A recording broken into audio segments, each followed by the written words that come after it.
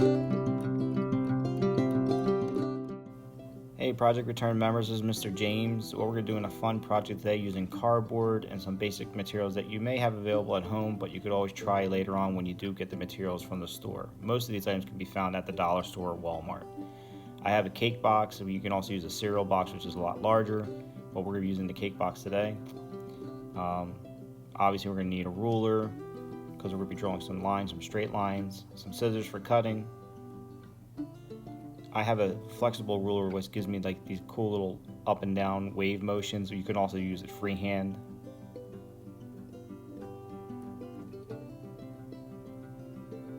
You're also going to need obviously a pencil if you need to trace. I'm just use a pen. A whiteout pen also is very helpful with this project, and some gel pens.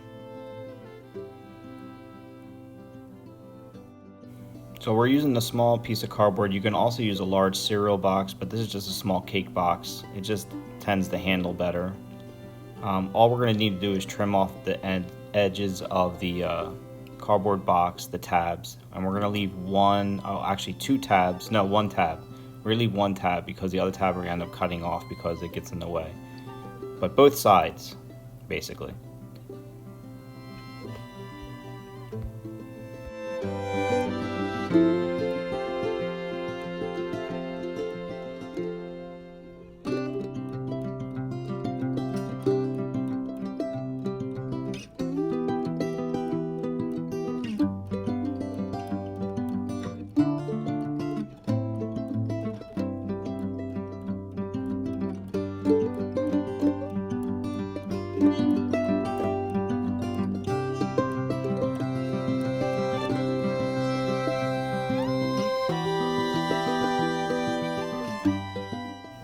As you can see, we can fold it up, and I like to do this as a reminder. I like to mark this part bottom, and I know which, obviously since it's a smaller piece, it's more clear that it's the bottom, but also the direction of the piece. I often turn my artwork around and sometimes get disoriented on which was up, which is down, so I give myself a little suggestion on this is up and that's up. So if I wanted to draw two pictures on both sides, I know which direction they have to go in.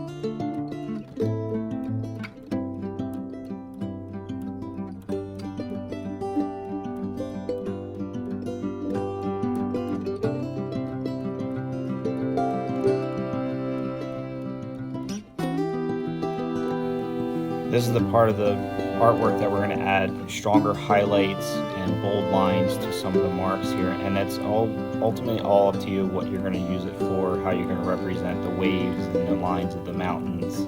I wouldn't go too dark and too bold with a lot of them, but it helps show movement and it makes it feel more like it's flowing.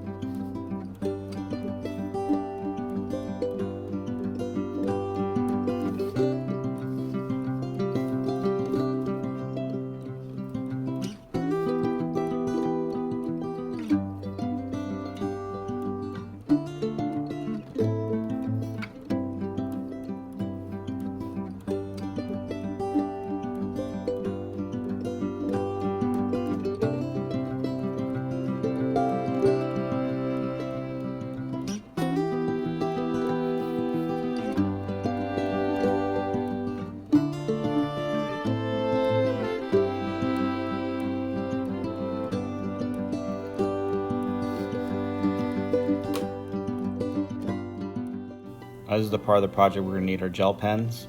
So start separating them by what colors you like to use together, but obviously it'll be up to you ultimately like how everything's going to look. But I prefer to keep my warms with the warms and cools with the cools.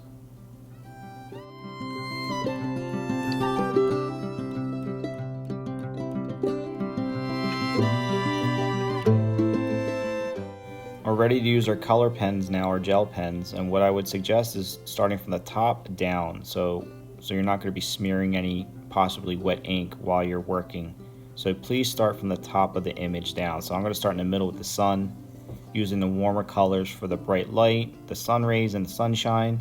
You can see that the cardboard and the color really gives off a nice texture and a nice color, as opposed to just being on a white, bright white paper. It really helps the color stand out with the gel pens. You won't see the same effect using crayons or regular color markers, even permanent markers. The colors tend to absorb into the cardboard, so the gel pens work really well here. And if you don't have any gel pens, that's fine. Just use the black pen, and you could probably even use a blue pen also.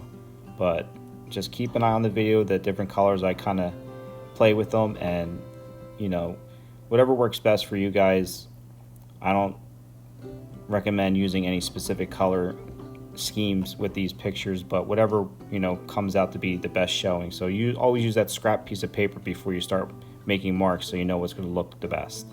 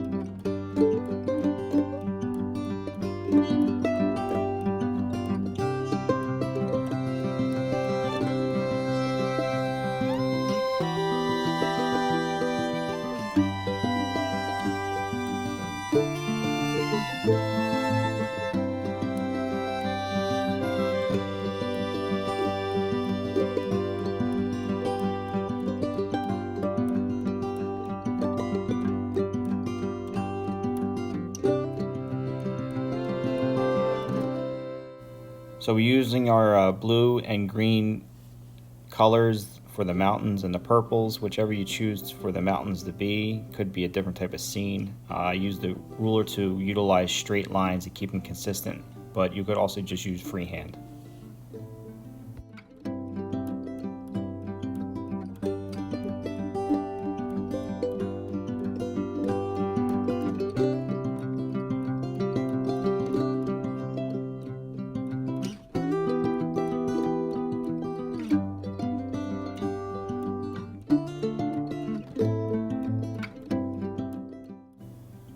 And this is the fun part of the project. You can add whatever lines, whatever shapes you want in between.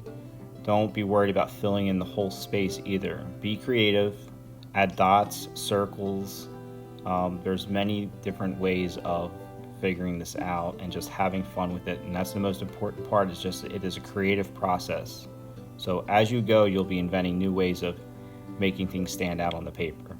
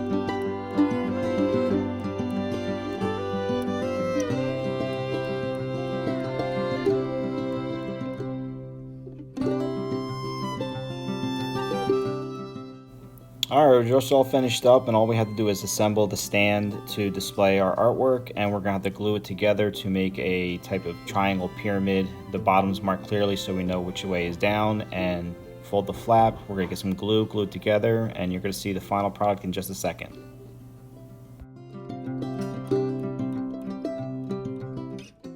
Alright, so we're all finished up. The glue's still drying, but you'll get the idea. You can use the reverse side to make an additional artwork, possibly a personal message to someone else, or make another scene. It'll make a great gift and can decorate your room or any room in the house, windowsill. So I hope you enjoyed the project, and I'll see you guys back here soon. Have a great day.